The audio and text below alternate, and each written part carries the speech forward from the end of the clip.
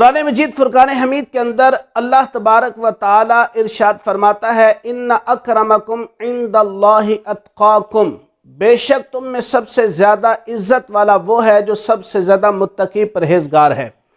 ہمارے امام اعظم ابو حنیفہ رحمۃ اللہ تعالی علیہ جن کی ساری زندگی تقوی اور پرہیزگاری میں گزری ہے، امام اعظم ابو حنیفہ رحمۃ اللہ تعالی علیہ کے شہر کوفہ میں جب آپ کو معلوم ہوا کہ کچھ بکریاں چوری ہو گئی ہیں تو امام اعظم ابو حنیفہ رحمۃ اللہ تعالی علیہ آپ نے لوگوں سے پوچھا کہ ایک بکری کتنا عرصہ زندہ رہ سکتی ہے، تو لوگوں نے بتایا اتنا عرصہ ایک بکری زندہ رہتی ہے۔ تو امام اعظم ابو حنیفہ رحمۃ اللہ تعالی علیہ آپ نے اتنا عرصہ بکری کا گوشت نہیں کھایا، اور اسی دوران آپ نے دیکھا کہ نہر کے قریب ایک شخص بکری کا گوشت کھا کر بقیہ گوشت اس نے نہر میں پھینک دیا۔ تو امام اعظم ابو حنیفہ رحمۃ اللہ تعالی علیہ آپ نے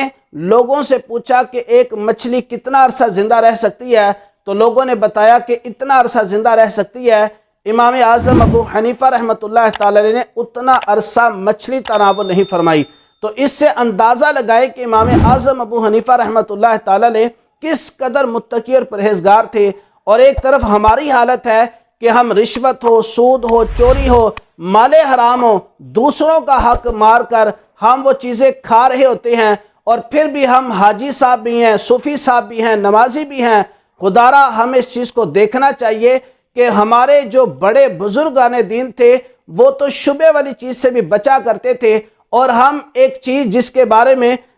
واضح طور پر حکم موجود ہو کہ یہ حرام ہے، اس کے باوجود اس چیز کو استعمال کرنے سے پرہیز نہیں کرتے۔